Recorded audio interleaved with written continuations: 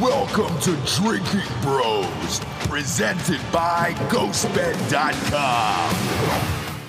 Yeah, welcome to Drinkin' Bros, kids. Wednesday afternoon, coming in hot. Timothy Kennedy is here today. How are you, boy? I'm so good. I can feel you coming through the microphone right now. It's been a crazy couple of months. Crazy couple of months. Yeah. You're back from Kabul. You were over there for a while. We had Nick Palmisano on. What a gem. Gem.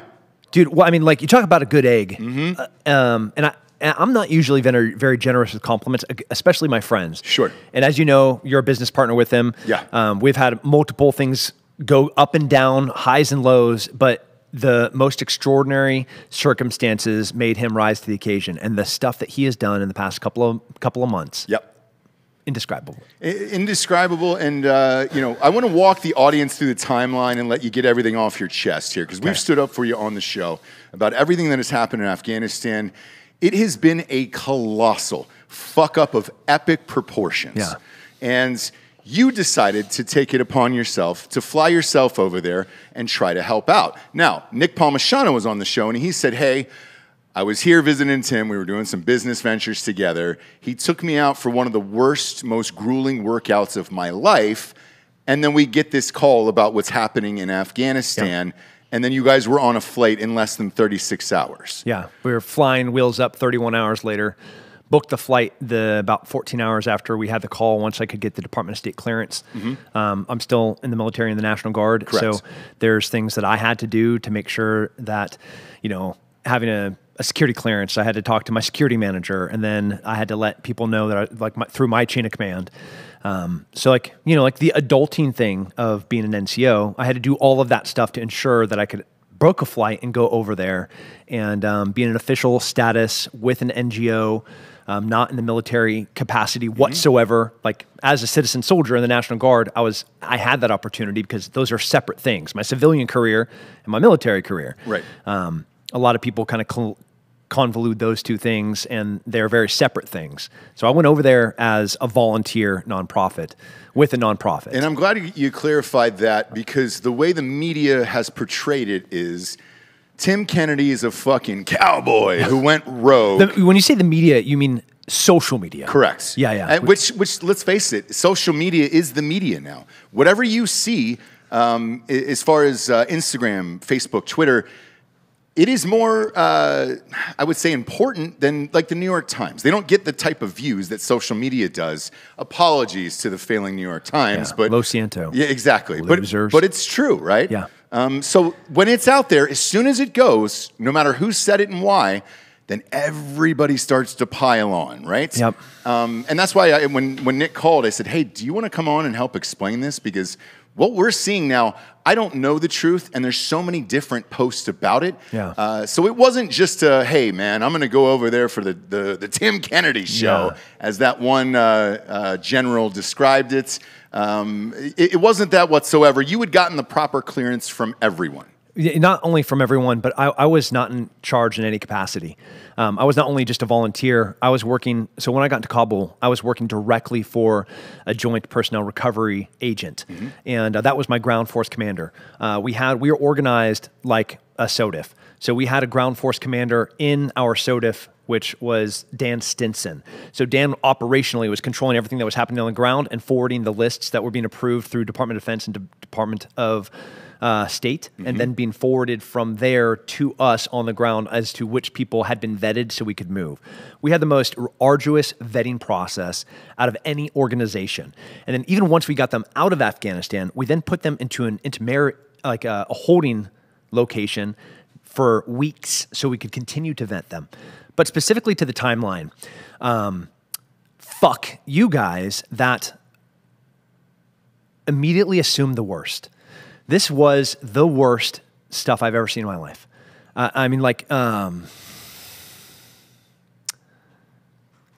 It's fucking horrible, man. Yeah.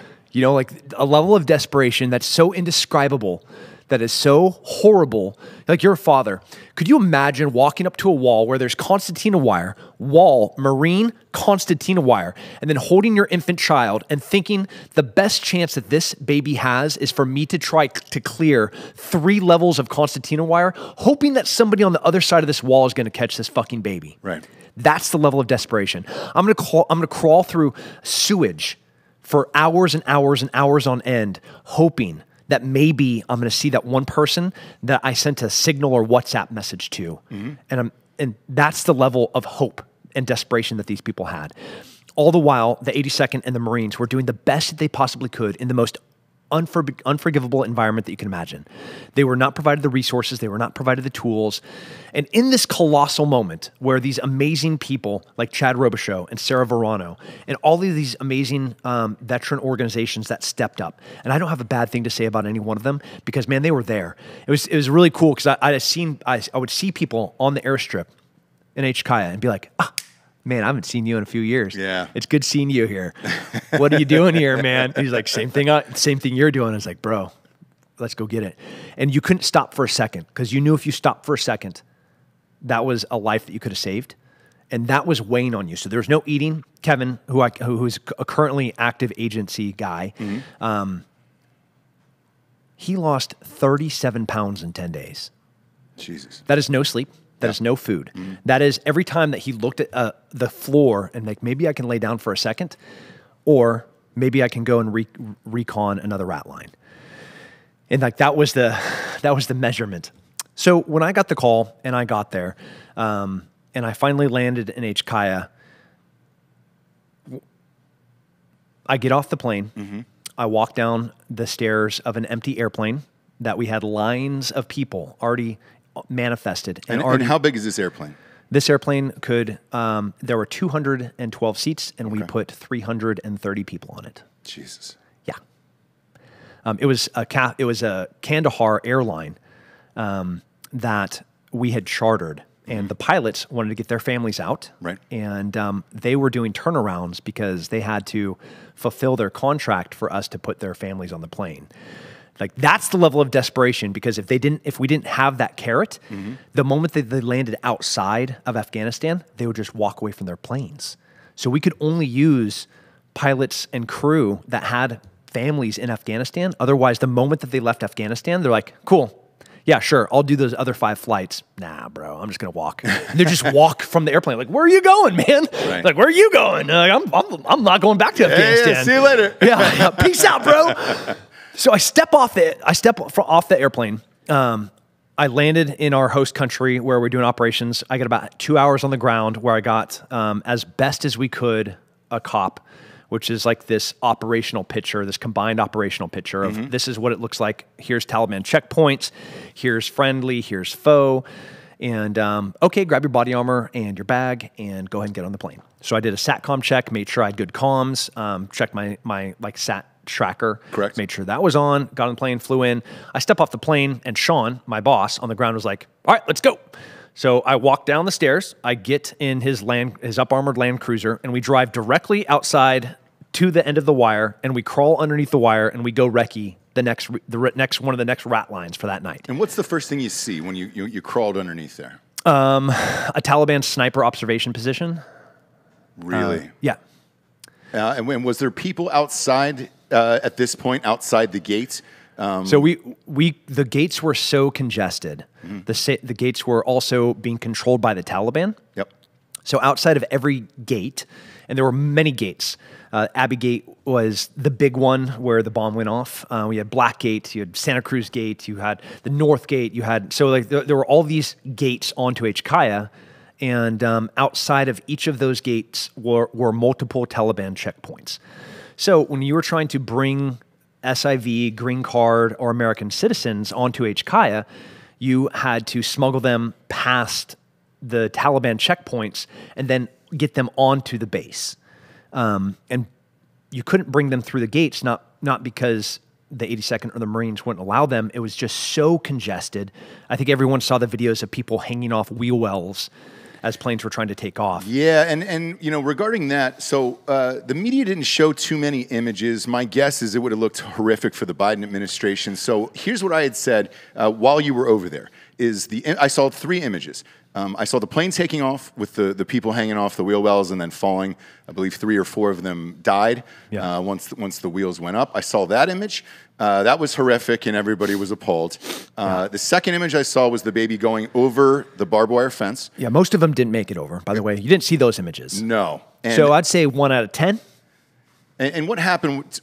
They bled out in concertina wire. Yeah, so they were, because families were throwing them over, correct? Yeah. And you saw these really beautiful pictures of babies being handed. Like that's the rarity. Like that's, there were babies that were like a beach ball at a baseball game were being floated forward. And we're like, whose baby is this? Yeah. Where did this baby come from? You know, and there's like, that baby's, the parents are 4,000 people back. You know, like, now what do you do with this baby? Do you bring this baby in? This is not a vetted baby. Sure. This is also not a real orphan, because orphans have some protections that we're able to do things with when we know that they're an orphan. And this is like why it was so hurtful and so damaging when all of these trolls and these meme pages started making these unfounded accusations about what was happening on the ground. Not only was it inaccurate, but it was damaging because we were still trying to do things. And we were trying to keep positive information so that it stayed current in the real media, not the social media. Right. Because as soon as we lost the impetus of where the genesis, the nucleus of everything was good and pure and right intentions and doing the right thing, as soon as we lost that, and it's not on everyone's minds, and it's not on every headline, and it's not on everyone's social media, and it's not hashtag save Afghanistan, it's not save the children, they were damaging the mission. And it made it harder for us because we didn't now, because of them, have the moral high ground because of their lies that were retweeted or shared or created a new meme page of the Tim Kennedy bus or whatever they were hashtagging, where they knew absolutely nothing, which was based in facts, and they were just looking for an instant gratification and attention, or whatever it is that on social media that people are looking for. But whatever trolls look for. Sure. Like, they were looking for that. And by the way, this will lead me to the third image that I saw, which was yours on social media. Now, you were the first one that I saw who was actually on the ground, on the airstrip, taking a photo saying, here's how bad it is, right? Other people have criticized you for saying, Tim Kennedy's taking the most expensive selfie in the world. And I said, great, but that's his fucking life, and I know he's got a family, and he's got multiple successful businesses back here. He would not be doing this for a fucking selfie, for Christ's sakes. Yeah. And that is the only way that I knew, and the outside world knew, how bad it really was, because we had only seen 2 images, because the media was not publishing anything other than that. Therefore, when I saw it on your social media, to me, I realized how dire the situation was. Yeah, you want to see a fucking mom holding her baby that's bleeding out? I have that photo because I fucking took it. I didn't post it because I was still trying to keep the mission first. And evidently, this is beyond anybody's imagination to think that somebody that has a big social media presence could actually be selfless. And I'm not saying like I'm being some hero here, but there was a clear mission, and there were people that were having me post things specifically, and they said, no, will you do this? I knew that I was going to get hammered. Yeah. But we were paying out of pocket. Dan Stinson, our ground force commander, he mortgaged his house to pay for the first 5 flights. He mortgaged his house. He and his wife in Virginia took their house and were like, it's worth it. Yeah. Yeah. This is the right thing to do. Chad Robichaux. Yeah. I mean, like, what a hero. Like, that guy.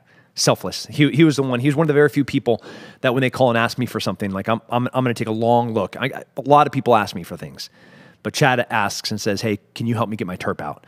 And man, I'm sure you were flooded with those text messages as well, like because I know Dan was, and I know Drinkin Bros inbox was full of them of like, "Hey, I need some help. I need some help. I need some help," and I was like, man, there are hundreds of these. Thousands. Yes. Well, just the hundreds just for us. For you, I can't even imagine what it would be like.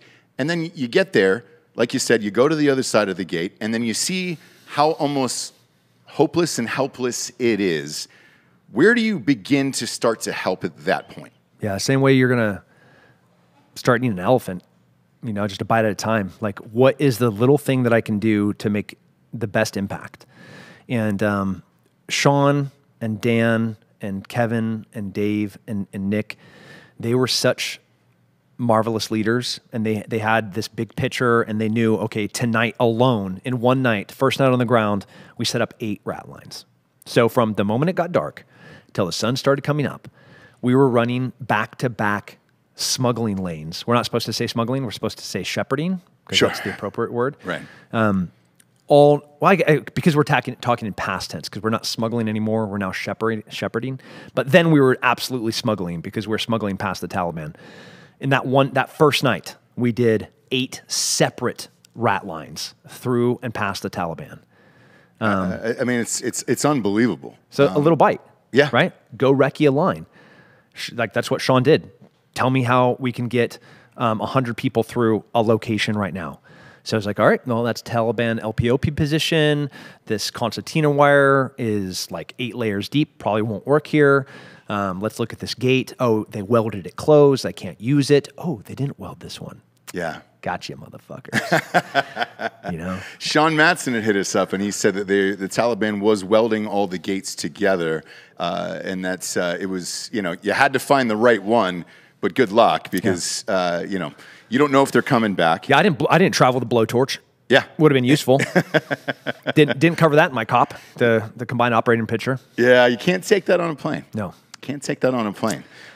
So you get the first few hundred people back, and then when did it start to kick in for you about this isn't the Tim Kennedy show and everything else?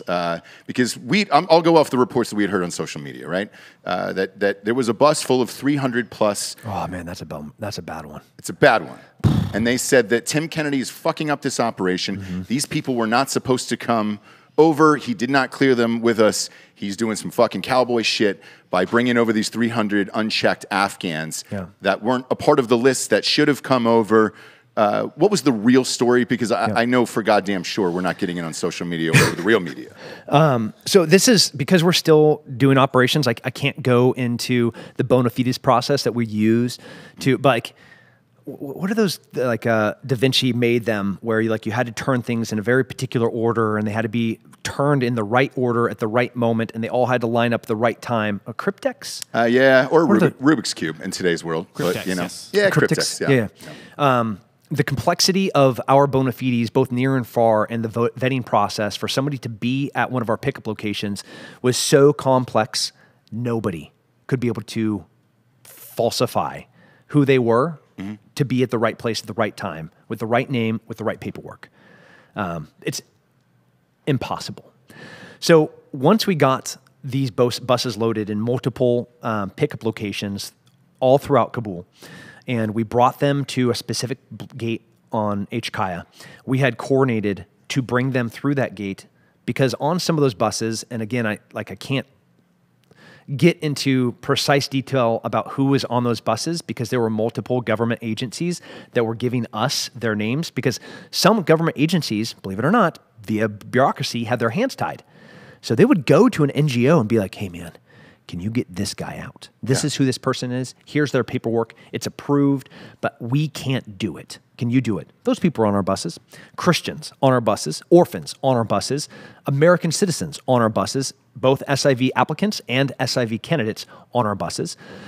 And those buses were vetted and pure. They're outside the gate. Then this is when sunrise is starting to happen. A different military organization goes, and they wanted to clear everyone from that gate. So they started throwing flashbangs. They went out there with wooden sticks, and they just started beating everyone there. What went from, I'll say, pure buses with vetted passengers to a contaminated bus happened in this chaos. Windows got shattered. People on the bus climbed out, holding their babies. Because, I mean, like, how many people have been around a flashbang thrown inside of a bus window? Yeah. Like, it's a bummer when you're holding a 19-month-old and a flashbang goes off inside of your bus, which is packed with 60 people. So as this starts happening, I'm going to say probably our first 4 buses were still 99% perfect. Okay. But we're still going to vet every person. We're still going to search every person. We're still going to bring everybody off that bus. We're going to pat them down. We're going to confirm their paperwork. and then before we put on a plane and fly them to yet another place where we're going to vet them for weeks at a time before we move them to hopefully their permanent home. And that is through the Department of State process. So like, there's no showboating here. There's no cowboying here. Like, this is this regimented vetting process that for somebody to get to a bus and then to get in, and then it's an act through the legal channels of us moving people. Real quick, who ordered the flashbangs and the sticks and who ordered that? Do you know? So, are you allowed to say? I'm not going to talk disparagingly about any military person, because you have to understand the ground there at the time is pure chaos. It's pure anarchy. It's not war, because war is horrible. Like, war is the worst thing that two humans can do to each other. But like, this is something even worse so like, I even if I had been the one saying this is how we're going to do it, and looking at that person from the outside, maybe not the best plan, but like, that's a plan. Look, it's a plan, but it's the wrong plan. And then does somebody maybe not though, because suffer a consequence? Yeah, there was like 3,000 people that were packed around these buses, and they're trying to get on the buses. And those drivers, they're like, they took the dudes that were on the buses, and they were like holding the doors closed, and they had all the men lined up on the windows, forcing people, because like people were trying to climb up on top of it, climb underneath it. All the videos, or the one picture that you saw, people falling off of wheel wells of landing gear of aircraft. Well, that's happening on these buses. And these it looks like World War Z. Oh man, it is World War Z. Like the ants trying to climb up and over the wall. That's what it felt like. So the buses start coming in one at a time after, this violence of getting the crowd back. And we get a bunch of buses in, and we pull everyone off, and we search everyone. We start confirming everyone's paperwork. We start confirming our list. And here's the bummer part. Government DOD was asking for our list. We couldn't share that list because some of the people on that bus were from organizations, government organizations, that are way cooler than the person asking me for a list. Right. And so they're not supposed to be there. They're supposed to be there, but this name of this agency person, I can't hand over to a DOD gate guard. Got it. Okay. But it was okay for Joe Biden to hand over a list to the Taliban of who should and shouldn't be there. Joe Biden is the president, and I am a volunteer working for a nonprofit. Right? Like, I can't throw a tier 1 unit, tip of the spear unit that had me do something for them and be like, yeah, sure, here's the list. Like, that's not really an option. Right. Looking back, could I have circumvented that in some way, but like duplicating lists or, removing names off, but now we're moving to like ethical integrity issues where I still want to know 100% who's on there, because I am ultimately going to be, or we, Save Our Allies, is responsible for the people that we're bringing. And we did the right thing. Like, I want to know that name. I want it to be transparent. I want it to be visible. And I want to know that that person is tied to this Department of State authorization, and I put them on this plane to move them here because they're allowed to. Right. And all these other people like, oh, these brown Afghans, these guys are going to be terrorists. It's like, when a woman started giving birth on the plane flying out, and I was like, I need a doctor. And like 9 people stood up, and I was like, this is awkward.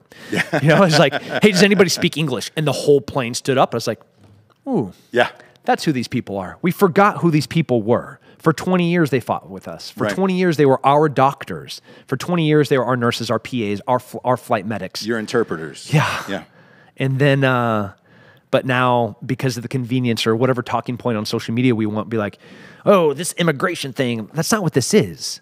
This is the 1975 catastrophe of Vietnam in our generation's time, and how that was politically divisive. That's what we're allowing to happen with this current conversation. These are the people that helped you for 20 years in the longest war in American history. These are the people that helped you, and then overnight you're going to say, "We're done. We're out of here." Yeah. And even crazier is they were like attacking. Not even crazier, equally crazy. The fact that you would attack another without even taking a moment to think about finding the truth, and looking for facts, you're going to reshare or retweet or repost some lie that is going to damage the mission of us saving life. Like, the organization's name is Save Our Allies. Right. You know, right. Like, this is not say Tim Kennedy show. Yeah. You know, this is not Tim Kennedy's bus. This is like I'm not even like, I'm so far down on the not important on the ground. You know, Sean could be like, hey, go walk out into that field and move that concertina wire. And I'm like, okay, I want to go do that, you know? And, but they damaged what we were trying to do in real time by doing lies. So I hope people that did that, one, feel bad and won't do it again. Not because of me, because they probably cost people their lives. Right. They did. And shame on them. Yeah, because there's been a bunch of social media accounts who've posted about it, and they're either lying outright or they're retelling stories that somebody else had told them that were incorrect without fact checking them. And again, you would have been over there to take the most expensive selfie in the world, risking your wife, kids, and your life. My wife was pissed. For Instagram. But you know what I'm saying? Yeah. So whenever people were talking shit against you, it was like, why would one person leave their family in the middle of the night? And you do well financially, outside of the military with all your business endeavors and anything else. Why would you risk all of that to go back to a country in a situation that is very, very fucking dangerous? At this point in your life, it doesn't make any fucking sense. And we were telling people to just stop and think. Just pause. That's it. Tactical pause. And think about what you're saying, and think about this man's life and what he is currently going through, and to throw all of this away if this wasn't the most important cause in the world to him at this time. Is the most important cause. It still is. You know, we as you and I are talking right now, it's midnight in Afghanistan. And right now, the sun has been down for a few hours, and we are moving people out. And right now, as we're talking, we are going floor by floor, room by room, vetting currently every single person in every one of our humanitarian camps overseas. We, right now, as we're talking, are going and talking to multiple different countries that are going to be receiving these people as permanent residents. You know, Macedonia, Albania, Greece, right. Colombia, Brazil, Argentina, all of them. Even the United States. Yes. Yeah. And we need volunteers. Right now, we have 8 different humanitarian camps in the United States that are being staffed. I mean, I'm trying not to disparage any group or government entity, but we are having to have a nonprofit step in to support these people on the humanitarian side. Change diapers, supply diapers, panty liners, formula for the babies. Like, we, out of pocket, are paying for these things through Save Our Allies. Right. All the volunteers are coming through them, and we don't have enough. We don't have enough of anything. We don't have enough volunteers. We don't have enough money. We don't have enough resources. We don't have enough planes. We don't have enough rat lines. We don't have enough people. The only thing we have enough of is dudes in kit wanting to go over and do rad stuff. We got plenty of that, but that's not the work that needs to be done. I want to go do that stuff too. Sure. You know, like, that's not the work that has to be done right now. Right. This is a humanitarian crisis. How many people are still left, in your estimation, there that need help? In Afghanistan? 100,000. Jesus Christ. American citizens, 3,000 to 5,000. So where are these people currently? Hiding. They're hiding, okay. Yeah. Because how long can you do that without food, water? We're paying for that stuff. Okay. And are Taliban just checking door to door? Yes. Every single night to see who is in there? Yes. Because we had an Afghan guy who was working with the Army on the show about a week and a half ago, and he was saying his brother's over there. He works in the U.S. military. His wife and his kids are there. And I said, how long until they find them? Because he's talking to them every night, and he goes, I don't know. Yeah. You know, a safe house is only safe long enough until somebody knocks on the door. Yeah. And it's not safe anymore. A safe house is only as good as you have food and water to sustain the people that are hiding in it, or that you can pay the rent for that safe house. And that's what's going on right now. So he had said the going rates to get your one person out of there is $2,500 to the Taliban. I don't know if that's true or false. You were over there, but they were looking into giving some money to get their family out of there just to the airport. So laws matter, and it is illegal to pay the Taliban any money. So we, as a nonprofit, can't bribe the Taliban because then we would lose the moral high ground of being able to do the right thing and say that we haven't broken any laws. Right. So the ways that we have to get people out, we have to circumvent all of that. Got you. But there is people that are there that are currently doing that for their own families outside of your organization, and I just want to make that clear. Yeah. And everyone is trying to figure it out, which is why there's so many messages coming in over and over and over again. So if you can actually send emails if you have what you think are all the legitimate paperwork, and people are trying to forge these documents. They're trying to forge SIV applications. They're trying to forge SIV approvals from the Department of State. They're trying to forge passports. They're trying to forge green cards because it's a photocopy, right? They're going to copy. Sure. Like this person's name. Same as a vaccination card. Yeah. To go see Chris Stapleton. Yeah. And so we're trying to vet every single one of these legitimate, and we have evac@saveourallies.org, and you can forward all of that stuff. And once it's received, we have this master list that goes through Department of Defense and Department of State, and we look, because there's so many lists, there's so many duplicates, Signal or WhatsApp or email or text, all these different names from all these different people and all these different groups. There was a redundancy of effort where multiple groups were trying to move the same person because that same person in desperation were texting multiple people, and that all those different people were talking to different groups, and they're like, right. And everybody's trying to do the right thing, and that's why I'm trying to stay so positive, is because everybody, from Pineapple Express to Save Our Allies, everybody was trying to do the right thing. How effective they were, there's varying degrees of that. Like we moved 12,000 people in 10 days. We currently have 8,911 people in one of our humanitarian camps that we're moving to permanent homes. Like as you and I are talking right now, we have those people there. The next closest group to us was under 500. So like if you took all groups combined and you multiplied them by 10, they still didn't move what we moved because we were doing so many things right. Right. And I'm saying we because I had very little to do with it. It was really like Sarah and Chad and Dan and Nick. But the other part about this is, and this is again what I told the audience, is you need a Tim Kennedy to go over there. Like it or not, everyone knows who you are, and they take it more seriously if a guy who is famous, who has money and everything else, is willing to go over there and help and fight to get these people out of there. It makes everybody take it seriously of like, oh shit, if Tim's here, I can be here and I can help out. Yeah. And you can. Yeah, absolutely. And even celebrities. Chris Pratt just posted on his Instagram a link to Save Our Allies in his... He donated a bunch of money. In his Instagram feed, and just said, hey, don't look for old episodes of Parks and Rec or Guardians of the Galaxy. Go to Save Our Allies and help them out. Yeah. Cena is talking about hopping on here, like a whole bunch of A-list celebrities.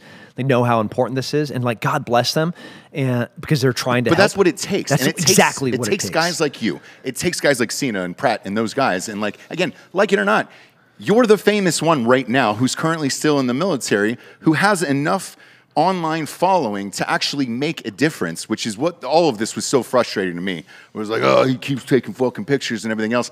Motherfucker, that's the only way we're figuring any of this out, is if somebody is on the ground that we know and trust, and we believe in it, and they're able to get the information out to the world. Otherwise, we have no fucking idea what's going on there. Yeah, the moment that we are done with this podcast, I need to go over to that corner and shoot a video because we just got assigned another humanitarian camp here in the United States in El Paso, and we have to find 20 volunteers in 7 days. So do you guys know any 20 people that can go work 2 weeks straight, 10-hour days that can go volunteer? And I don't have any employees here that work that much, motherfucker. No. But that has to happen right now. The moment we get done here, I have to post for 8 different camps, and we need about 90 volunteers in the next 2 weeks. So if anybody else knows an easier or faster way to get this done, or to get donations, or to get diapers, or to get baby formula, or to get volunteers, if anybody knows a better way to do it, let me know, because I surely don't want to be doing it on social media because I hate social media. Yeah. But we still have to do it. Right. And the more public you are with it, unfortunately, especially when it comes to fundraising and collecting money or relief effort for all of this stuff, you have to put it out on social media. That way, everybody's like, all right, great. Yeah. I've seen it enough now, I'll donate, and then I'll... You and me, we privately financed the biggest and most successful independent film, yeah, independent 2016. Yes. Ever, yeah. Up to that point. Yeah. And we did it via social media. We raised the money via social media, and you made the largest independent film and what is the most successful independent film up to that moment. Yeah. Of all of 2016, and everybody was like, "How'd you do it?" Well, we went online and did it. We made a couple videos on Facebook and Instagram and everything else. Raised $1.2 million in, I think, 48 hours. Yeah. So it is possible. However, you need social media. Yeah. That's where you come in of like, the people who are bashing you for posting on social media, I don't understand it. I just don't understand it. I understand it because they want attention. That's what they want. Whether it's like the abused the redheaded stepchild that's like, oh, I'll even get negative attention if that's the attention that I get. That's what they're like on the internet. The trolls and the meme pages. They'll take anything for just a little bit of attention. And that is so gutless. That is so cowardly. Like if you thought some of the things were, I cost lives. That's what one count said specifically. If I could remember which one it was, I would fucking light them up on air right now. But he had said that on his thing, and whoever this military meme page had a pretty big following. It was like, Tim Kennedy cost 334 lives on this bus, and now they had to dump the bus on the other side of the fence. I don't know if that's true or not true, but we had to dump the bus. Did you really? Yeah. And were they on it? Were 334 people on it? They were. Well, we had 4 buses. So those 4 buses that we brought in, that we searched everybody, and then now we're confirming paperwork. DOD comes in and is like, hey, who's on this bus? Sean, my boss, is the ground force commander. He's like, I can tell you who's on this bus, but I can't really show you who's on this bus. And like, well, give us the manifest, give us the list. It's like, I can show you lists, but if you're going name by name, because Sean knew every name, and Sean's like, I can't give you every name. Sure. And we're like, oh, give it all to me, or we're going to take these buses out and dump them. And so we're like, okay, let's pump the brakes real fast, and let's bring everybody out and have them hold up their documentation. And if they're good, we'll put them back on the bus. If they're bad, you can do whatever you want with them, right? But like, what you're going to get is every single person on this bus, whether they're Christians or they're orphans or the SIVs or the green cards or they're American citizens. Imagine this. We had a military officer push a bus back out into Kabul off of HKIA and put American citizens back outside the wire. Like, if that doesn't fucking make your blood boil, that you took an American and you're like, good luck back out in Afghanistan. Yeah. Because that's what happened. And all of us, and there was only 4 of us. There's 4 of us on the ground. Dave, Kevin, Sean, and I. Like, we did everything right. And we did everything that we could. But it's still war. Yeah. Right? This is still HKIA in the largest evacuation in Afghanistan's history in a war of 20 years. This is not a NEO operation. This is NGOs and vets kind of coming together, trying to figure it out. And that's what was happening. And so we don't control the airfield. The military does. So the military gets to say what happens. And if they're playing that scenario back in my head, and I don't know how many times I did it, could have there been another way? Maybe. But we also had another rat line that was kicking off minutes after that. So could I stay there and argue this against somebody that ultimately has authority to do whatever they want? No. Yeah. This is a losing battle. So I then went to the next thing that I had a chance to have success in. And so then went all the way to the bombing, like. And describe that, because, as this was going on, this was happening, we were actually live, and it was going on in real time when the first suicide bomber came. How close were you to that? So we were on a C-17 on the runway, and we're loading, and we actually didn't know what it was, because Abbey Gate is 2,000 meters, so a mile and change. And you obviously can't see that with your eyes from the plane, right? We saw a plume of dust. Gotcha. But we had 600 people on this plane. That's a lot of people. Yeah. And because I saw the picture from Nick Palmisano, and that was shocking as well. And again, media didn't show me any of that. Nick did. I texted that one. Didn't Yeah. I'll show you. I slept on the loading, so the ramp raises. There's no room for me or any of Sean's team. So the 4 of us slept on top of bags. So the rest of the people had floor. There's no floor left. and we end up, you know, none of these people have ever been on a C-17 before. Sure. And if, did you do the USO tour? No, I didn't do the USO tour. We were back here. Half of us stayed back here. Half of you guys went on the USO tour to promote the film here. So the C-17 is a badass machine. Yeah, and I heard it's quick. Yeah. And I'm sure a lot of those people had not been on a plane before. They've never been on a plane before, and they sure have hell never been on a military C-17 before that's taking off in a war zone. So the way that it takes off is like this. And then it's out. Yeah. Right? It's like it's just corkscrew as it flies up, so it's not flying over enemy airspace. As somebody's like, well, I got him. Beep, beep. You know, yeah. So the same way that they come in, it's pretty intense. So all 600 people on this plane, as it's taking off, they've never smelled jet fuel before.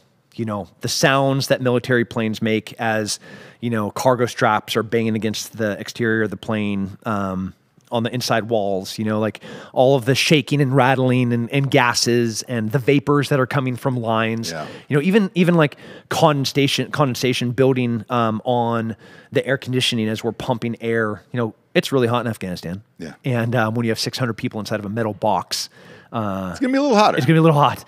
So you're like dripping condensation and people are screaming as a drip lands on them as they think it's like, you know, acid or something. They don't know what it is. God bless them. Of course, yeah. And people are passing out, people are getting sick, and this is the time, ramp is still down where bomb goes off, and you know, the plane talking to the tower is like, close the ramp, we're leaving now, and we left right then. Wow. Yeah. Wow. How many people, you know, did you get out on that plane? I had asked Nick, and I was like, look, it looked like there was 600 people on that thing. I mean, I've never seen a picture that crazy before.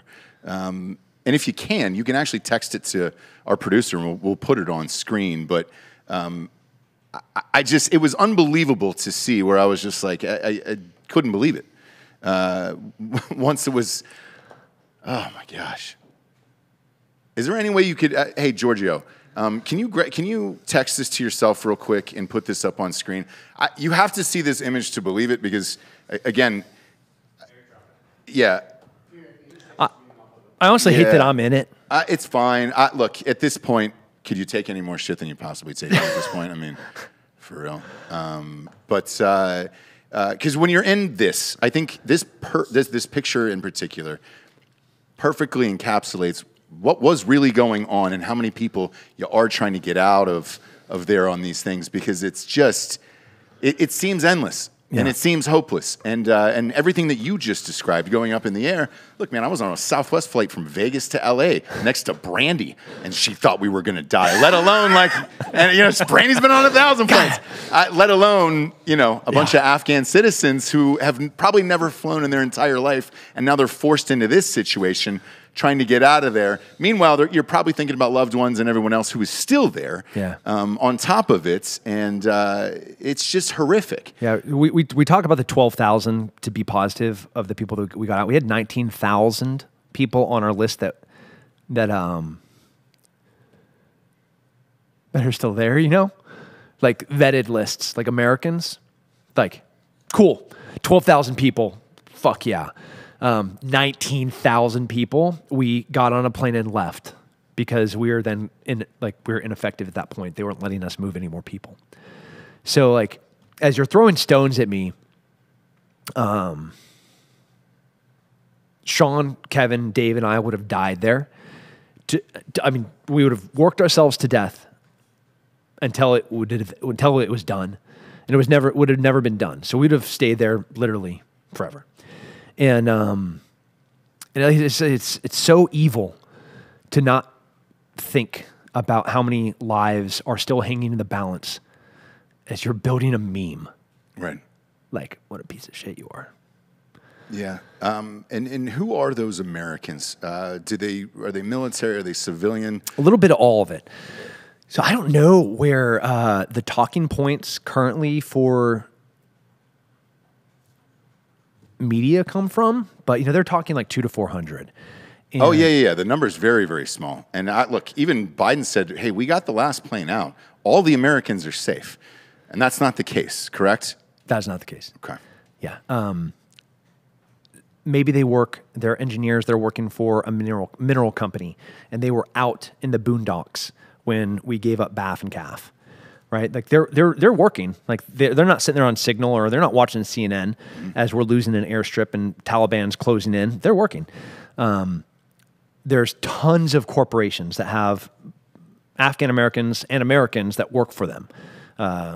Pipelines, you know, all the employees for all the different government contractors that were there.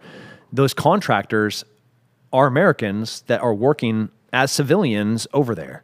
So like when you start building out contractors, engineers, you know, pilots, nurses, Doctors Without Borders, like every one of the NGOs that are opening a school, digging a well, working on water purification, teaching agriculture, like new ways of farming up in the north, like all the different things that all these different Americans are doing. 4,000 is not even a big number. It's a really, really small number. Yeah, and that's the reason I asked is those are the jobs that you don't think about, right? You think about the troops first, and you're like, great, did we get our military out of there? But yeah, you're right. You don't think about the rest of the people that were over there helping rebuild or helping with schools and water and things like that. Plumbers, HVAC. Yeah. You know, truck drivers. Yeah. My God, man. So they're just in hiding right now.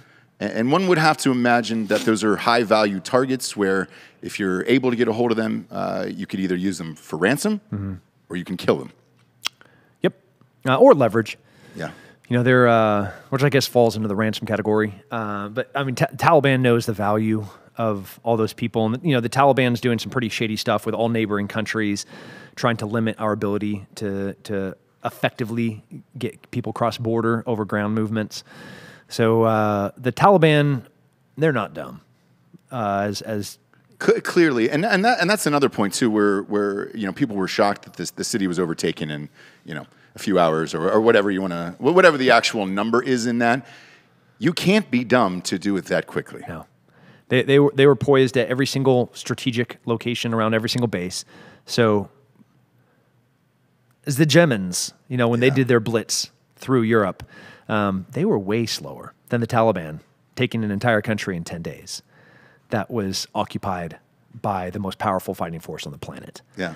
So, and they've been not shy about telling us, hey, with all your sophisticated technology and America's #1 in the world and we're the best, just remember you were here for 20 years and we overtook that city in a couple days. Yeah. So we're not fucking stupid. No, and irritatingly, they're also kind of witty and clever.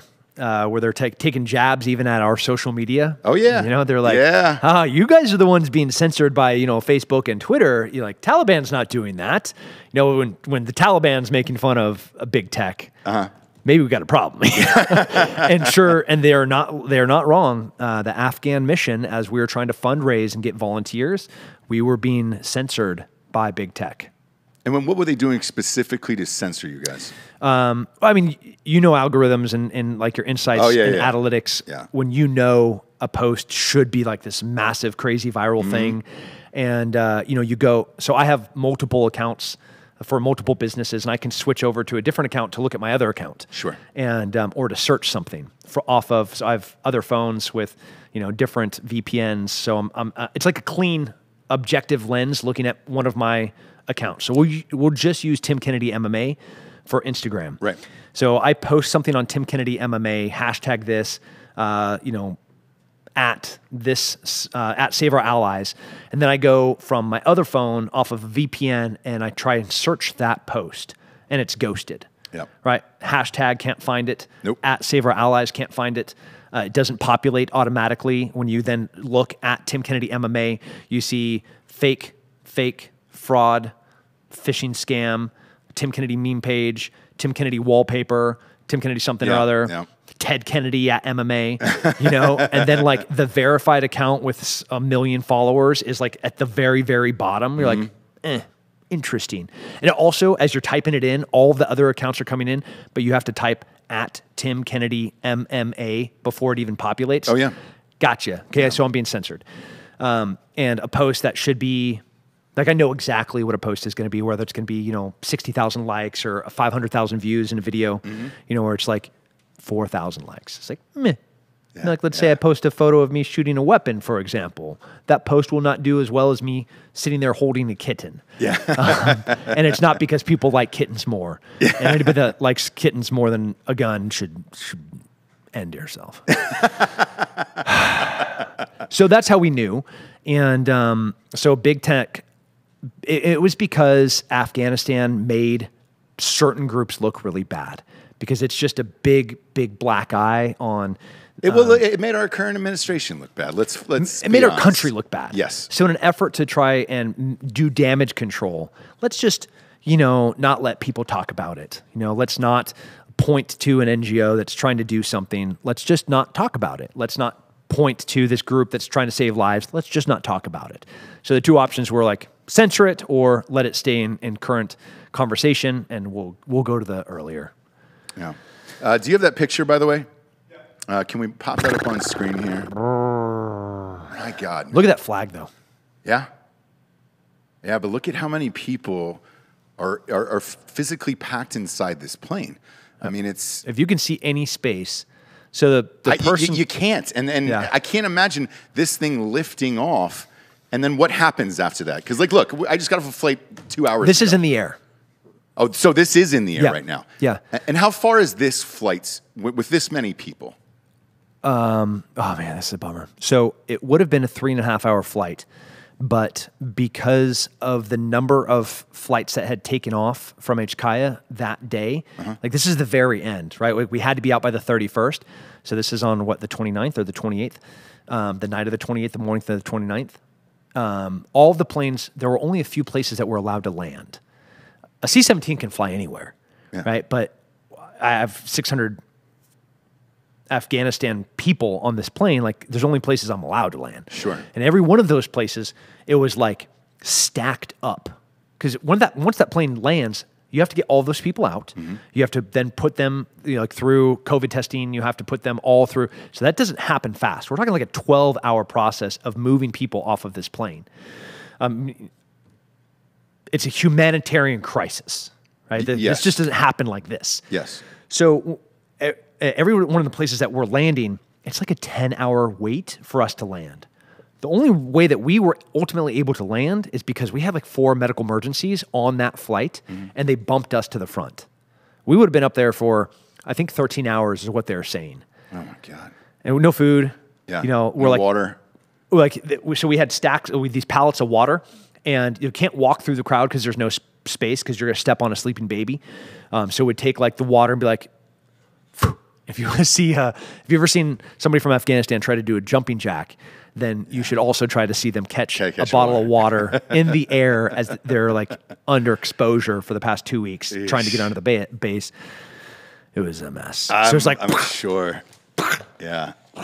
I'm sure. It's a mess. And we can joke about it because, look, you saved all these people, but, they're not used to having bottled water, I'm assuming, thrown at them. And then I've got a dumb question here, but, looking at that photo, where do you use the restroom? Where do 600 people use the restroom on a 10, 13-hour flight? So the 4 of us that were on the ramp, there's like these bathrooms, things that you put onto you, and you like pull this little curtain that are on the wall. Well, we couldn't get to those. And so we had, anticipating this, we had Gatorade bottles that we had packed into our bags empty because we knew it was going to be somewhere between a 5 to 15-hour flight. And we had already ran out of food. Obviously, Kevin losing 37 pounds in 10 days. Like, there's no food left on our bodies or bags.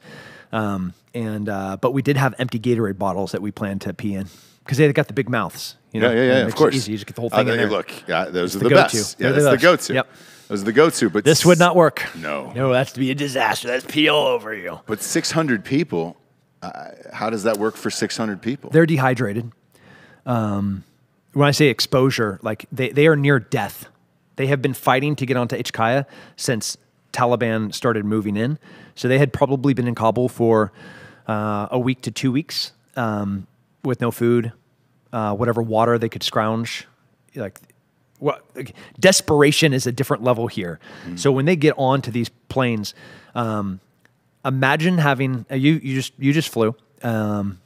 and you hear the babies in the back because they get to board. They're like usually in the middle of the plane because they get to board before everybody else, especially in Southwest. Yeah. So they're usually all in one area, and like half the babies are crying. Well, those are nice, well-fed babies that have slept. Yeah. There's not a baby on that flight that cried one time. That's crazy. 5 hours, 600 people, mostly women and children. That is how tired they are. That is how exhausted and emotionally expired they are. Babies are sunburnt because they've been exposed in the sun. They haven't, like mom has no more milk in her. There's no food. There's no water. Because most of them I heard, and you can clarify for this, for me, most of them were outside of the airport without shade, everything else, just thousands of them for 2 weeks. Yep. Up to 2 weeks hoping to get on one of these flights to get out. Yep. And they were exposed to sun the entire time. There was no shade. There was no anything. Nope. I did see troops handing out water and things like that. I mean, everywhere that they could, the troops, man, you want to be proud of some soldiers. Mm-hmm. The soldiers on HKIA, the Marines and American military army that were there. Amazing. The stuff that they did, like it is... every one of those, put those guys and gals in for awards, absolutely just selfless, courageous acts of heroism. Everywhere that you looked. You see little photos of these soldiers or Marines grabbing these babies, or, that stunning photo of that beautiful young Marine that got blown up at the gate holding that baby. Yeah. Like that, that's the same day she got blown up. Mm. The photo of that beautiful Marine holding that baby, she died a few hours later at the same gate that she was working right there. Like these boys and girls, men and women, they're men and women. Yeah. At those gates, just heroes. So are they all gone now? Are they all out of there? Oh yeah. The last, there's actually a photo, like a night vision one that's pretty canned and irritating of. I saw it from the Biden one of like, hey, we got everybody out of here. Here's the last. War's over, everybody go home. That type of thing. Yeah. Was that a legitimate photo? Yeah, that was them leaving. Okay. Last American soldier stepping off of Afghanistan. Got it. And then dumb question here, because I had asked this to the Afghan who was on. He didn't have a response for it. He simply didn't know. If you're the Taliban, mm-hmm. and you want these people to stay, because clearly they want these people to stay inside the country for some reason, then I can't understand if they want to leave, let them leave. Why does the Taliban want them to stay? One, real easy answer. Okay. There's no one else to run their power. So the good guys were the guys doing work. Gotcha. You want your toilet to flush, Taliban leader? Well, you need that plumber, and that plumber has worked for the Americans for the past 15 years. That's how he knows how to do the plumbing stuff. Oh, you want to be able to fly the helicopters that we left there? Well, that's going to have to be one of the pilots that was trained by the Americans. So you don't want him to leave because there's no one else to show you how to fly a Black Hawk. We tried to we tried to destroy everything, but we didn't, right? They got $84 billion worth of American military stuff. And some of that stuff, they need people to show them how it works. Yeah, it's just too advanced, right? It's not that, it's, even starting like an LMTV, like a normal person that hops in their car with their little key fob and they press the start button, and then you get into an LMTV and you're like, man, there's a lot of switches here. Which one do I turn first? Yeah. So they don't want these people to leave because they're the ones that make Afghanistan work. Like, how are you going to land a plane at HKIA when all of the air traffic controllers left? Makes sense. Because the other question I had that he had no answer for was, why not just blow up the airstrip? Why not just take out the airport? If you want all those people to stay, wouldn't the most effective way to be to blow up the airstrip so that they can't get in or out? And then you really got them trapped, because at that point you would have to use helicopters to get in. You could only grab 4 or 5 people at a time and get them out. Why didn't they do that? Yeah, another great question. I don't know why you call it a stupid question, but it's a really easy answer. The Taliban, they learned from the Russians, and they learned from the French, they learned from the British that patience works. And you as an American, as we are watching, man, they wanted, and they got exactly what they wanted, was us to be humiliated, running with our tail between our legs, trying to get out of that country. as they have surrounded the airport. They got every single social media talking point for the next 20 years of how they kicked Americans out of Afghanistan. They had to wait an extra 4 days to be able to control the country entirely. But if had they dropped one bomb on that airport with us there, it would have been a different situation, right? Like now it's a NEO operation. Now the Biden administration's like, okay, this is a non-combatant emergency evacuation operation. So we're going to bring in the entire 82nd. We're going to control Kabul and we're going to move our people out because of the Taliban. They just had to wait, show a little bit of battlefield patience, and then they got everything that they wanted, and then they got pallets of money from us. So, like, again, they're not stupid. Yeah. They're evil. When you say it, it's very, very smart. Yeah, because those images go around the world. Forever. It makes America look weak. This was their Vietnam. Congratulations, we won. Not only did we beat Russia in the 80s, now we beat the United States for the last 20 years. Both countries left with the tails between their legs. Yep. And fuck you if you want to try to come back here and control our country. So what happens next? Now that the Taliban are in control, Biden's clearly not going to touch this.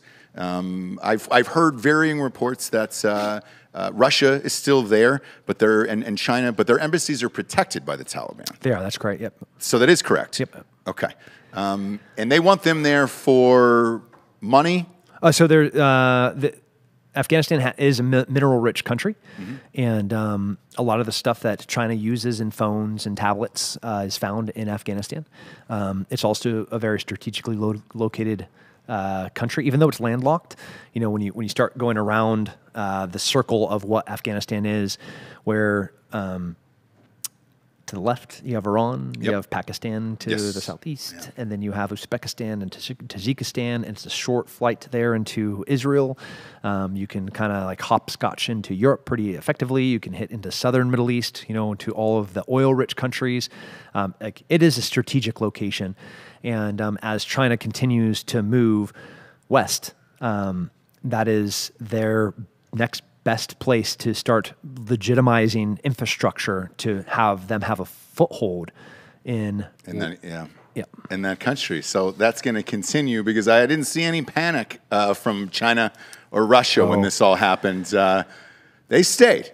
Yeah. So they were fine, and it appears that they weren't threatened. Nobody was having suicide bombers show up to their embassies or anything else. No.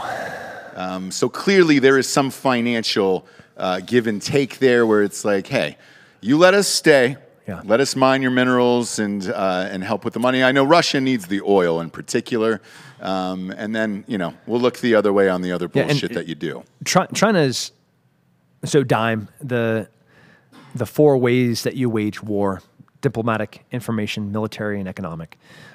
China doesn't use the M of dime yet. Yeah. So they use diplomatic, information, and economic. And the way that they use the economic and information is via infrastructure. So they build airports, and they build docks, and they moor canals, and they build everything that you need to run the country at like 0.001 interest. Yeah. You know, and they're lending these countries billions of dollars because they have it, and it costs them, you know, cents on the dollar to be able to build this stuff. But then they permanently own that. They own those airstrips. They own those docks. Well, not in Afghanistan because it's landlocked, but they own that infrastructure. So then they are permanently based and rooted in that place. So China, I don't know who it was that was telling you this. Before we were out, we were Yeah. Hey, you're Russian, aren't you? You know? Like, that's not a Ukrainian plane. Yeah. You're not Ukrainian. It's the Spider-Man You're name. Russian, yeah. Yeah, hey, we're the same person. And they're like, I don't know what you're talking about, in perfect English. And you're like, oh my God, this is happening right now. Like, the Russians were, like, the bed is still warm from the spouse who died and the new one comes in type thing. Right. Like, the bed was still warm. We hadn't even left. We hadn't even died yet. We're still trying to get out. And Russia was already on Kaya. We had, I hope we can tell the story someday of like Russians trying to to get black boxes out of American aircraft while we were still on HKIA. And some people saw the Russians, and then some other really elite people come over, and they have like a little face-off. Like, the details of this it's stuff of movies, and this is Russians actively trying to both sabotage and collect on American military information that was on HKIA before we had even left. Oh, man. So it's like, holy crap, this is like happening right now. The Rock will be starring in that next November. Probably. Yeah, probably out around Thanksgiving. Yeah. During this past week, by the way, I don't know if you've had a chance to watch some of the Senate hearings with Milley and those guys. Look, he said we made a mistake. Obviously, didn't really go further than that. Looking back at it now, obviously, because it's still going on. Our troops are gone, but there's still, like you said, plenty of people over there. Why weren't they more prepared? That's a good question. Prepared to do the evacuation? Just prepared for everything that was going to happen. I understand that we needed to get our troops out of there someday, right?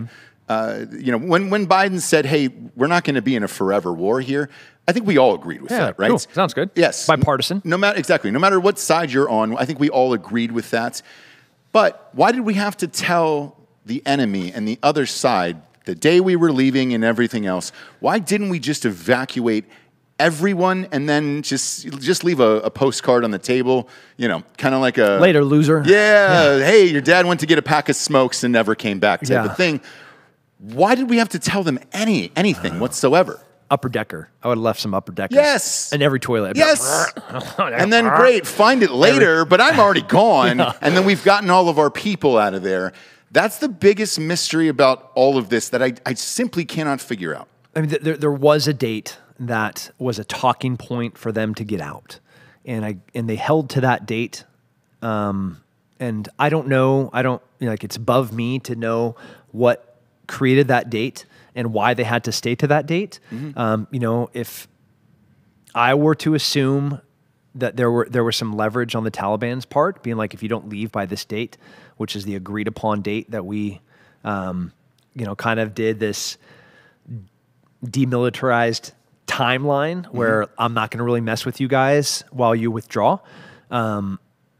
If you stick to those dates, then, we're not, because there were no suicide bombers, except for the Abbey Gate, which is, you could say ISIS-K or Taliban. It's still one of the same. Sure. It's different feathers from the same bird, but it's still like the same assholes. Truly. Like these are not different organizations. Like the Taliban knows everybody in ISIS-K, and they used to be Taliban or vice versa. Right. They're just like, that's my cousin Joe, So like that is my assumption, but I don't know. Because I know that's not a good answer, but it is what it is. It's again, I'm a master sergeant in the National Guard. I don't get to like walk into the Joint Chiefs of Staff and be like, "Hey, man, why don't you guys pull out the right way?" Well, look, I was telling somebody else this. It's like driving your wife to her surprise birthday party, and then right before you get in, you say, "By the way, all your friends are going to be in there, and it's a surprise party for you." Oh, great. I guess. Thanks. We're going to go to Olive Garden tonight, whatever it is, right? Like, I just don't understand why there had to have been any announcement of a date whatsoever. Just do it quietly. Make sure you get all your people out of there, all the people that helped us for the last 20 years over there. Make sure everybody's safe. And then at the end, again, just leave a note on the counter. We left and take care. And I think, trying to take politics out of it, I think it would have helped Biden. And it certainly would have saved a lot of lives, a lot of chaos, and everything that's going on now because there's people still over there now. Yeah. And I just don't understand it. Especially the original date was September 11th. What the fuck? Yeah. Out of the 365 days out of the year, that's the one where you were like, this is a good day.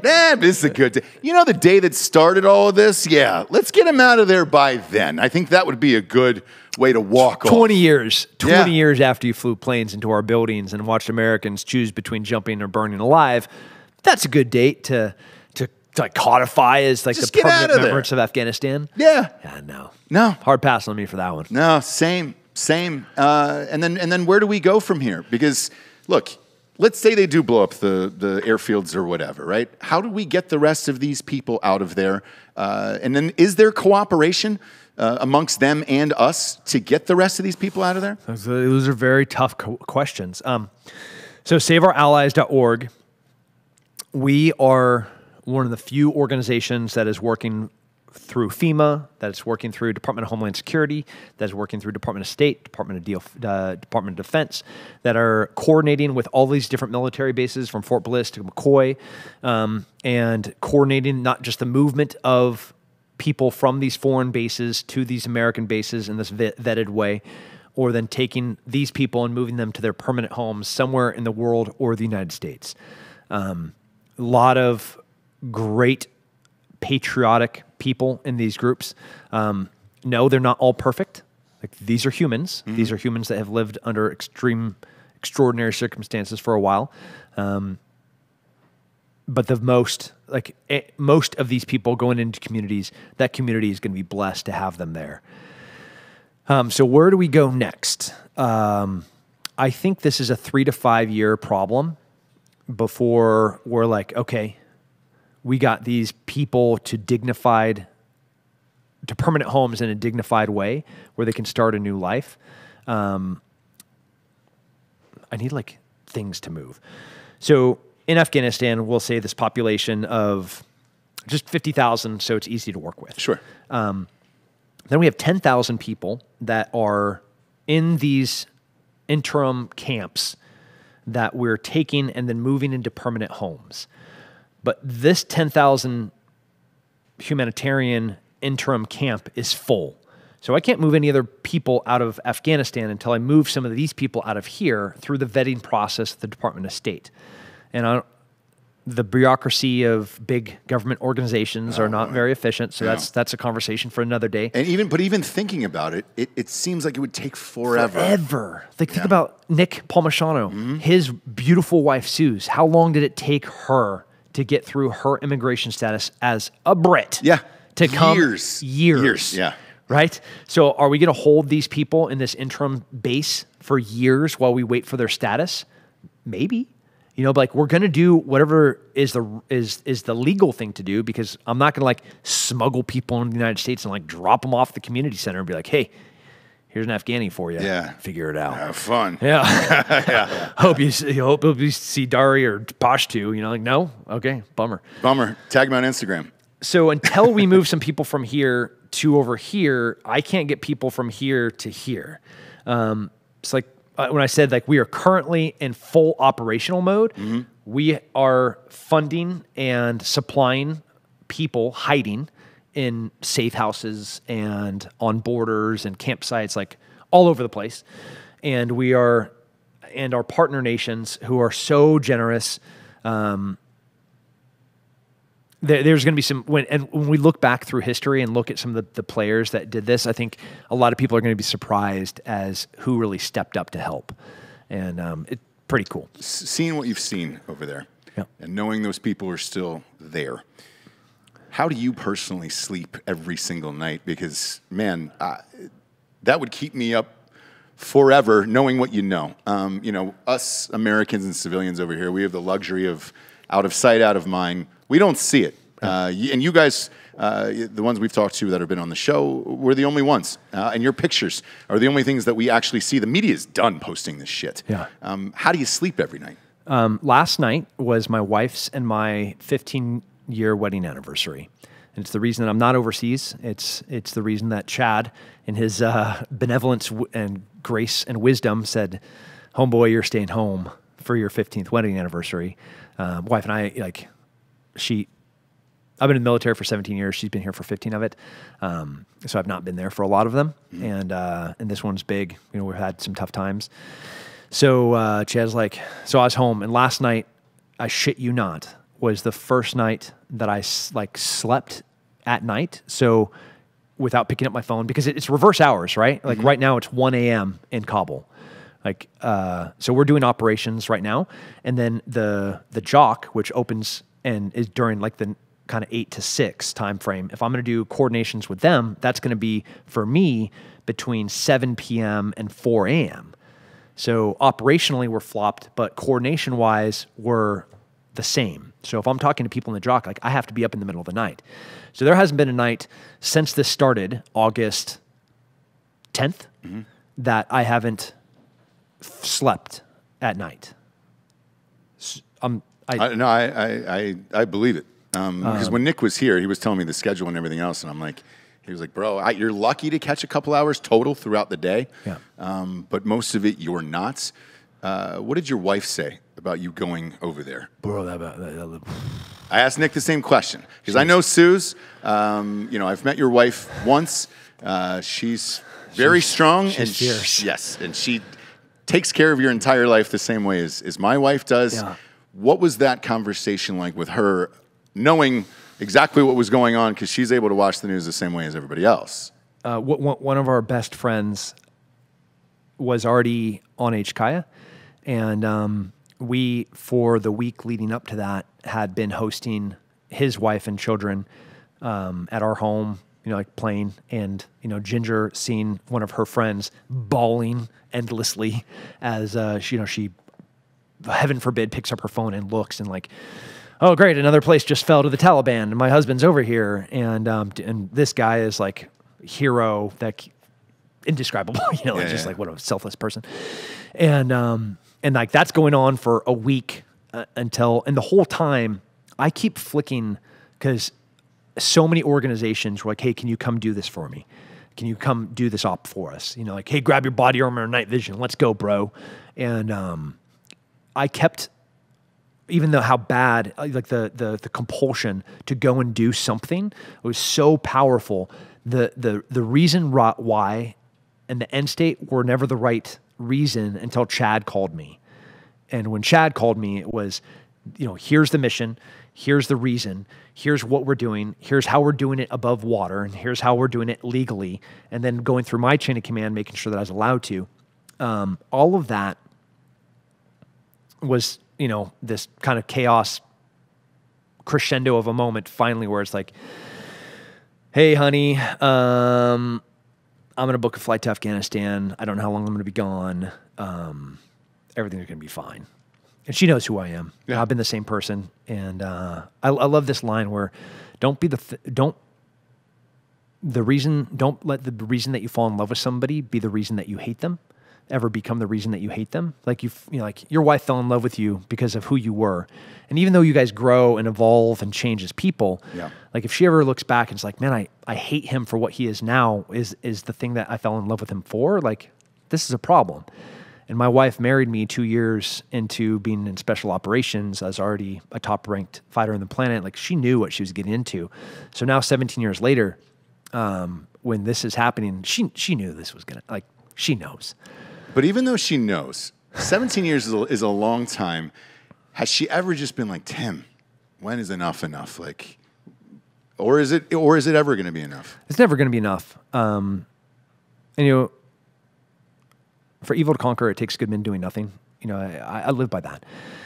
And I was questioned by my chain of command about both the legality and like the decision making of me going over there. Not my immediate chain of command, just broader kind of military spectrum. And they weren't being negative; they're being very supportive. And I can thank you from the bottom of my heart for allowing me to do this. And it meant a lot to not just me, but I know a lot of veterans. And there were a lot of active duty guys that were very frustrated because they couldn't.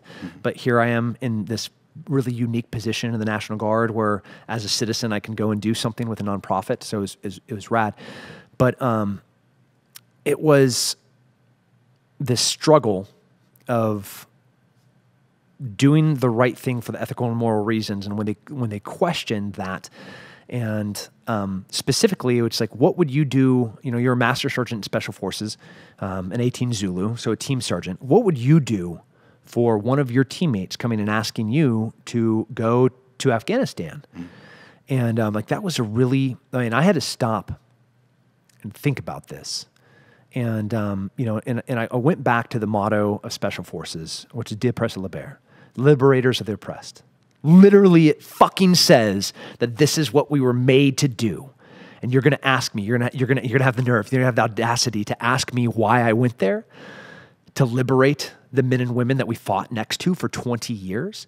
I'm going to take a second I'm going to process what is a fair question, and I'm going to show you and explain to you exactly why. And I did, but they absolutely had every reason and authority to question the process in which I did these things. And thank goodness that my command, Colonel Unbehagen and Command Sergeant Major Pusar are such great leaders, because they were able to like hold my hand and be like, all right, let's talk to JAG. Let's talk to our security manager. Let's talk to Department of State. Okay, let's get you through the STEPS program.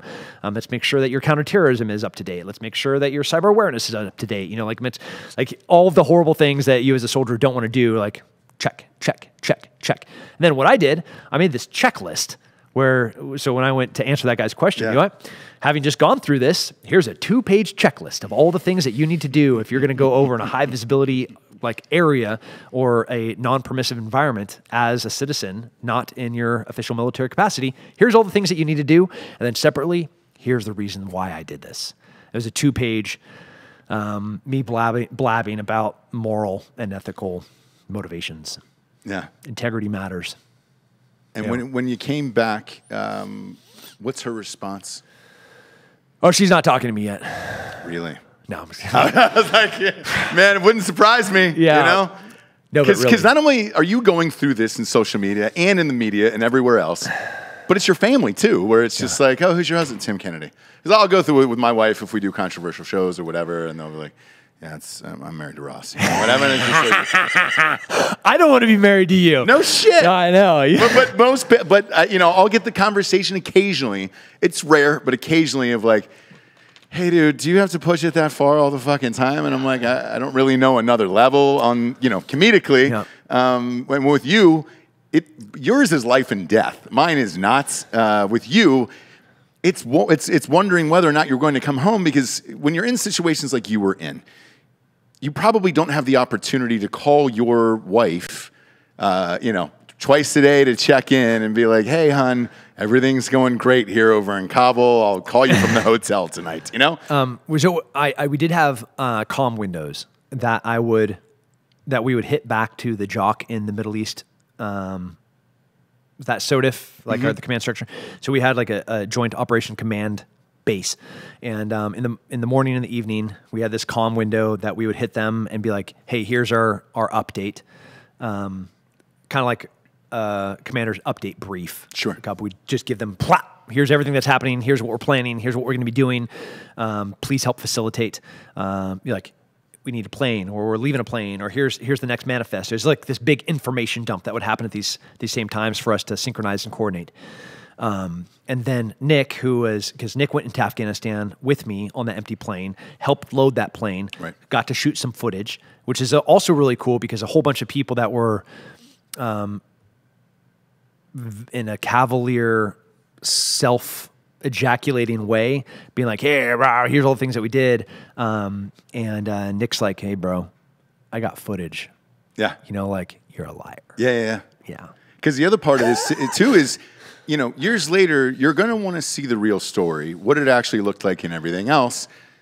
That's the only footage that is out there. Yeah, we got it, man. I'm like, it's hard when you look at the images, and I think that's why the media has wiped all of this, because once they're in, they're in, right? Yeah. And once you see it in front of your face, then you're like, oh, man, we really fucked up with this. Yeah. So with the footage that you have, at least people would be able to see this and be like, Jesus Christ. Yeah. What was that Russell Crowe movie where he was trying to save the husband of that oil worker that had been captured by the FARC in Colombia? And they kept providing that proof of life. That's it, proof of life. Yeah. So the proof of life is you're going to take a photo, and there has to be something time-stamped in there that shows what day it is and what is happening in that moment, right? So it shows me the condition of that person. It gives me the date of where they are, and look at the quality of that magazine or that periodical, that newspaper. Like, did they go and have they been traveling with it? Is it all crumpled up? Like, tons of information I'm going to get off this one photo. Well, the footage and photos that I took are kind of proof of lives. So, like, even though my face is in it for a second, it shows that in that moment, here is exactly what was happening, right? Here's the timestamp of what, and August 27th at 11 p.m., here is what exactly was happening.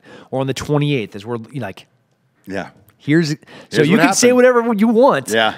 I got proof. Yeah. You know, and we got video footage and we have real photos and like, oh, you know, babies didn't bleed out in Constantina wire. You want to see a photo of a bunch of babies bleeding out in Constantina wire? You didn't have Taliban executing women on your hood? Oh, you sure? Because I got a video of that. Yeah. You know, so like before you start saying things did or didn't happen, like I can prove that they happened. So like check yourself before you wreck yourself because we're going to come after you. Yeah. If you negatively impacted. And one thing that I wanted to disagree with you on, you said that you weren't doing things. You were defending me. That mattered. You know, you stood up for what you thought was right, and that mattered. And, you know, a donation that, like Glenn Beck or not, he paid for multiple planes to move people out. And every one of those planes would have like a person, and it would have a person on that person's lap, and then that person would be holding a baby. You know, like, cool, we got 200 people. We have 200 seats on this plane. What's the total weight that I can put on this plane? Cool, put 3 people in every seat. You're like, that's what we were doing. And it mattered. Like if you look through the donations, when you see $5, $10, $20, but there's thousands of them, that adds up. And there's not Soros throwing billions of dollars in to save our allies. This is some cool, rad person in Louisiana or Alabama or Texas that's like, do you know what? Yeah, I'm going to help. Yeah. That's going to go and volunteer. And like, so you did help, and so have countless others, like the people at McCoy right now that are volunteering, that just started their 2-week work cycle in Camp McCoy, helping at the humanitarian camp, and all the people that are preparing to go to Bliss, and all the people that are helping to go to Northern California. Like, I know who you guys are. I'll throw you under the bus and say your names right now, because like, it's freaking amazing that these people are stepping up to answer the call. So like it matters. Yeah, you mattered. Thank you. And I appreciate it, but to me, it was just a simple case of right and wrong, and you can clearly see why people are doing things or not doing things, right? And again, I said this on the show, that would have been the most expensive selfie of all time. Like, I know your wife and your children and all that stuff. Like, there's no reason you would have gone over to do that for a fucking photo op. So look, we have a vice president who won't even go down to the goddamn border because there's a crisis going on down there. Oh, that's bad. As well. And those are called reins and not whips, if anybody's ridden a horse before. No, apparently. So you have this thing that goes in the mouth. Yep. And that thing has these long pieces of leather that go back. And the rider, who's the person riding the horse, holds those leather things. And if you want the horse to go right, it's like a steering wheel. Yep. You pull the right, and it turns the head through the bit, and it makes the horse go that direction. And now that they've suspended that because they're trying to figure out why a horse works, apparently. Yeah. A horse works. How do you steer a horse? Do you know how many millions of dollars are going to be spent into figuring out that one photo out of this, of like, man. Now, and here's my honest thought about it. The other way to control a horse is just to grab him by the fucking mane. Yeah. Could you imagine PETA on that? Like, the reins versus either way, you're trying to grab someone and still stay on a horse. That's kind of the point of it. And if you're asking for all city folk, not throwing stones, you have to come down to the border to understand how massive an area it is and why do we need horses. It's because you cannot ride a four-wheeler there. You can't ride a motorcycle there. You can't put a four-wheeler truck there. It has to be a horse. The terrain is horrific. Yeah. Like all along the river and up into... like everywhere along the Texas border of Mexico, it is barely crossable by foot. And there's no vehicle that's going to get in there. You have to have horses. And it was not those Border Patrol people, you know, another group of heroes. Man, could you imagine having the scrutiny and the negativity that they're under right now from social media to the administration, and the only thing that they're trying to do is save people's lives and stop criminals from coming into the United States. And all they get is shit on. All they get is shit on and very little pay. Yeah. I mean, for real. Yeah. They speak multiple languages. Yeah. All of them. Yep. All of them do. Most of them have degrees. Like these are very sought after people. And the only reason that they're there is because of this thing. That's it. That's it. And it's so fucking hot. Like, I really can't tell you. I mean, my God, down there, it's the hottest place on there. They're in, you know, like the Del Rio. 30 pounds of gear. That's lava. You say that's water, but that water feels like lava. You know, like it is so horrible and it's so dry, and everybody has diseases, and the cartel all the while is trying to specifically target Border Patrol and DPS Rangers to murder them, while they're smuggling people and guns and drugs, but like, cool, go ahead and shit on the only people that are standing between us and them. Yeah.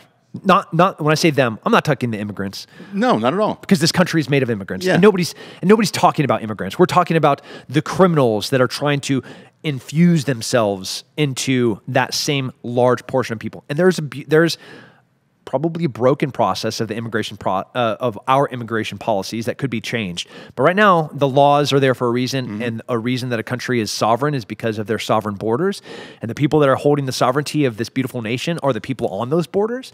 So let's take care of the immigrants and look at policy reform for immigration while we support Border Patrol. Yeah. Imagine that. Yeah. Is there a middle line there? Crazy, right? Mine's blown. Lastly here. That's a buff dude on that book. Yeah, it Who's is. that guy? It is. We still rolling, by the way? We are, but it crashed. Yeah, as soon as he started talking about big tech, it went down. Imagine that. Yeah, I know. We have backups for all of it, so we'll re-upload it tonight for YouTube. But exactly, yeah, crazy. Yeah. My biggest question to you is, because you've been over there for so long, looking back at it, there's been a lot of military and obviously ex-military who said, why were we over there in the first place? Do you look back at the last 20 years and question the same thing? No. Nope. This isn't like a no regrets thing, right? Which would also be cool. Yeah, Okay, right. get that tattooed. No regrets. No regrets. Yeah. I have this cool metaphor told to me by my good friend Af Ariana, who is a 7th Group Sergeant Major right now. And wherever you are, Af, I love you. And I asked him that same question. Like, because, he got blown up in Afghanistan. We both lost countless friends. I got blown up in 2008 in Mike Goebel, one of the bravest men I've ever served with. I went there with him, and he has subsequently died, and I was like, did this matter? And he very wisely said, okay, imagine being an oncologist, a doctor taking care of a patient with cancer. And for 20 years, you do everything in your power to save this person's life and keep back the cancer. And for 20 years, this person prospers.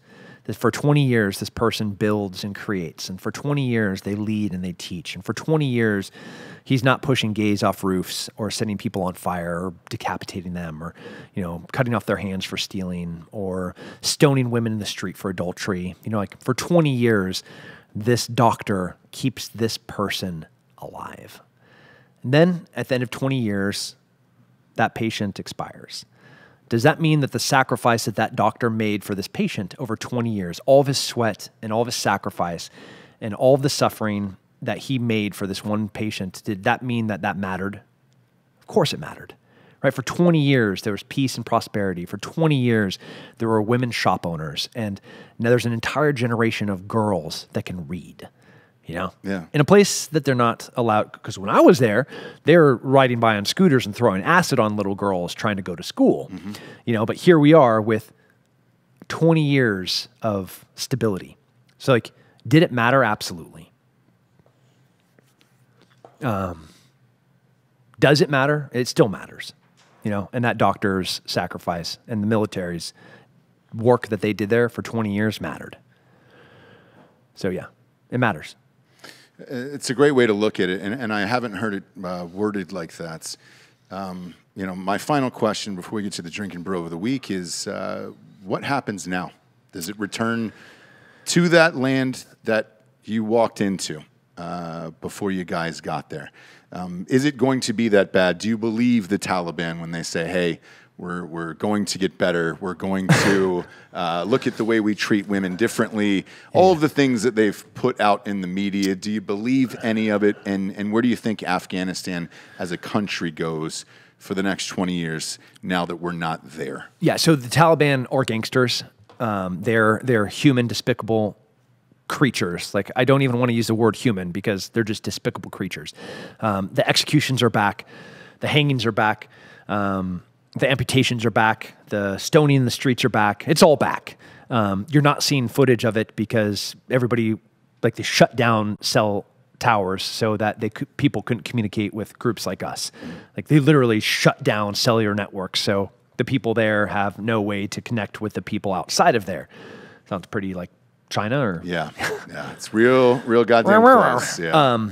So the Taliban is going to always Taliban. There's no changing the Taliban besides what they are, which is the Taliban. They're not a political organization. They're not a movement. They are thugs and gangsters that are brutal and violent and disgusting and despicable, and that share no values with anything that you and I appreciate, like freedom, virtue, or giving anyone equal opportunity for success. Gender, sexuality, all of those things, they matter to them. They are horrible. And so you think it will return to that eventually? Oh, it is to that. Oh, already? Oh, yeah. Yeah, we left on the 31st, and today is the 28th. Is today the 28th? Yes. Oh, it's the 29th. Yeah. It's the 29th. So we are now 29 days into that. No, it happened the day we left. And it's just back. That's it. Yeah. Yahtzee.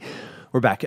So the kind of broader answer to the micro of Afghanistan and the Taliban returning to what they are, the mission continues. Mm-hmm. So there are still numerous groups still trying to get people out. Like, it didn't end on the 31st of August, and has not ended on September 29th. Right. We still have 3 to 5 years to finish this mission. And the only way that it's going to be accomplished is people like you and people like Glenn and Chris, and stepping up to be generous and matter and volunteer and to give supplies.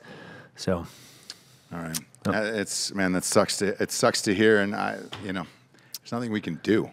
There's a little bit you can do. No, I mean, helping with organizations like the ones you work with, yes, but I mean, as far as for the next 20 years or whatever, I mean, it's It will be images, it will be stories that we've heard in the American media. We'll probably avoid it, and it is what it is. And from me to you, we're grateful that we were able to have a firsthand account from somebody that was actually on the ground, because we certainly weren't getting that from our media. Yeah. So I'm grateful to you and everybody who went over there to help out.